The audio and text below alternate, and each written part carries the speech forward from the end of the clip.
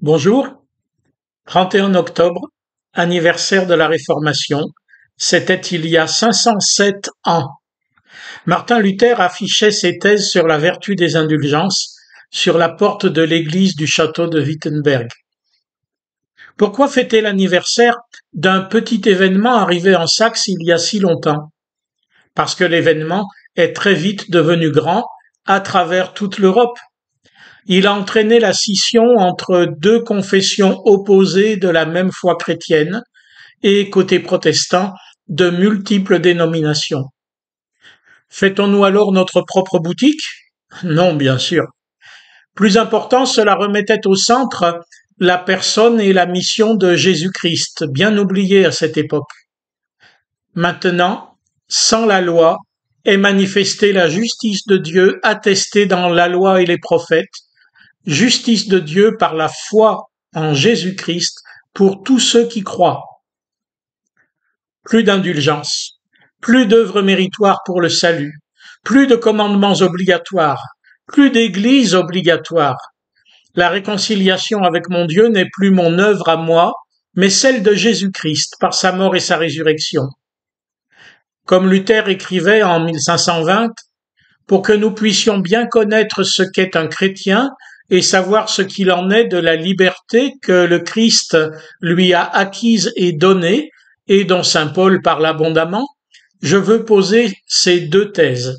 Le chrétien est un libre seigneur sur toute chose et il n'est soumis à personne. Le chrétien est un serviteur obéissant en toutes choses et il est soumis à tout un chacun. C'est donc la liberté qui nous a été offerte une fois pour toutes, glorieuse liberté des enfants de Dieu, mais aussi liberté de servir gratuitement ceux qui sont autour de nous. Le service que nous accomplissons, nous ne le devons pas. Il nous est offert, lui aussi. C'est donc bien toute la vie du chrétien ordinaire, homme ou femme, riche ou pauvre, serviteur ou seigneur, qui est concernée. Vie personnelle et familiale, vie sociale et professionnelle, etc. Ce salut par la foi seule, sola fide en latin, est le fruit de la seule grâce de Dieu manifestée, réalisée en Jésus. Christ seul, solus Christus, est celui en qui je me tiens, en qui j'ai la vie présente et éternelle, afin d'en profiter pleinement et de pouvoir en faire profiter les autres. Contrairement à ce qu'on pense, la réforme protestante n'a pas remis la Bible au centre, mais la relation avec le Christ, telle que la Bible permet de la connaître et de la comprendre. Pas d'autre autorité pour ce faire.